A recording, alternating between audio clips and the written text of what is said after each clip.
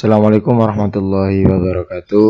Ya, anakku, kita berjumpa lagi dalam pembelajaran untuk matematika. Untuk hari ini, Bapak akan menjelaskan tentang menentukan penyebaran data. Menentukan penyebaran data atau di sini ukuran penyebaran datanya adalah kita mencari jangkauan kuartil bawah atau kuartil 1, kemudian kuartil tengah, median, kemudian kuartil atas atau kuartil 3. Dalam menentukan ukuran penyebaran data yang saya sebutkan tadi, itu hampir sama dengan kita mencari median. Tahap-tahapnya sama. Setelah ada data, kita harus mengurutkan kembali, ya, mengurutkan dari yang mulai terkecil. Nah, oke, kita langsung contoh.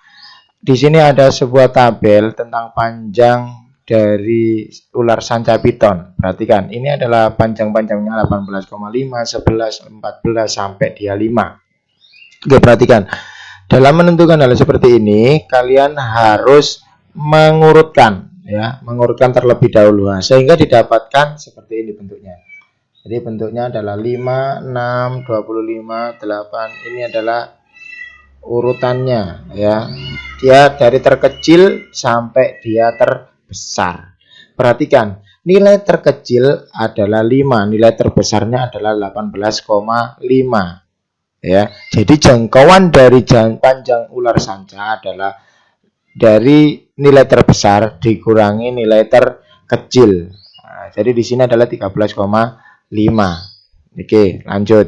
Itu adalah untuk jangkauan. Jadi untuk jangkauan, sekali lagi untuk jangkauan dari terbesar dikurangi terkecil, ya. Kemudian lagi contoh plot berikut menunjukkan kecepatan 12 mobil balap. Tentukan jangkauan interkuartil dari data yang diberikan, ya. Jadi nanti kita mencari kuartil 1, kuartil 2, kuartil tengah, ya, dan kuartil 3. Perhatikan. Nah, ini langsung, ya. Nah, kita urutkan datanya dari yang 220 sampai yang terbesar.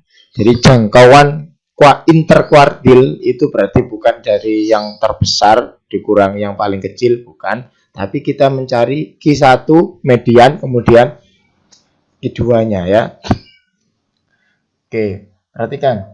Dalam mencari jangkauan interkuartil, ya, ini kan jangkauan interkuartilnya adalah 2255, ya. Perhatikan cara mengambilnya.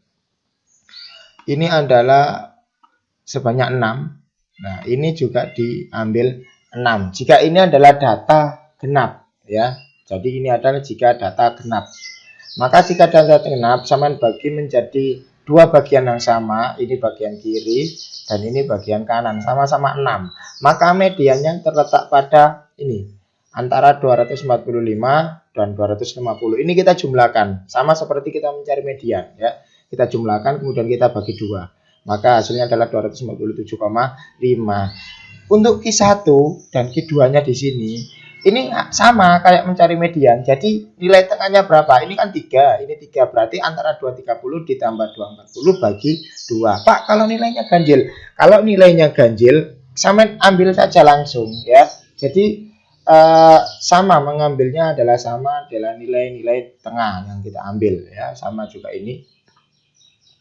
Jadi dari data yang ada, sama ambil yang nilai yang paling tengah. Jika dia berupa genap seperti ini, ya, data genap, maka sama nanti jumlahkan data yang di tengah tersebut, kemudian bagi dengan 2 seperti itu, ya. Nah, jadi jangkauan interkuartilnya adalah ini yang kedua, ya. Sedangkan yang satunya ada lagi 1. Maka adalah 20, ya, seperti itu. Jadi yang perlu saya sampaikan sekali lagi adalah dalam menentukan jangkauan interkuartil sifatnya masih sama. Kalian hanya untuk mencari nilai yang di tengah, nilai yang tengah. Jika data tersebut genap, ya kita ambil aja lah, paling tidak ke kanan 5, ke kiri 5, atau berapa banyak data di situ. Kalau dia 12, Pak, berarti ya kanan 6, kiri juga 6, seperti itu, ya. Jadi seperti ini tadi. Ini kuartilnya ya. Nah, ini juga sama seperti ini. Ini datanya data genap lagi ya. Maka mediannya adalah 29 ditambah 30 ya, kemudian dibagi 2. Sama kayak tadi ya. Kuartilnya karena di sini ini kan sudah 5. Kita ambil yang paling tengah. Ini Q1.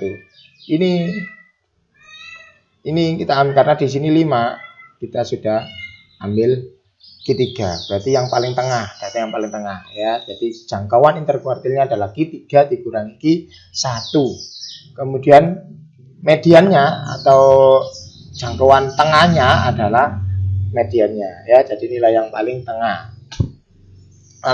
Jadi ini untuk menentukan nilai terkecil dan terbesar. Jadi nilai terkecilnya 5, jangkauan dari panjang ular ya. Kalau di sini sekali lagi, ini kalau ditanya jangkauan saja maka terbesar dikurangi terkecil.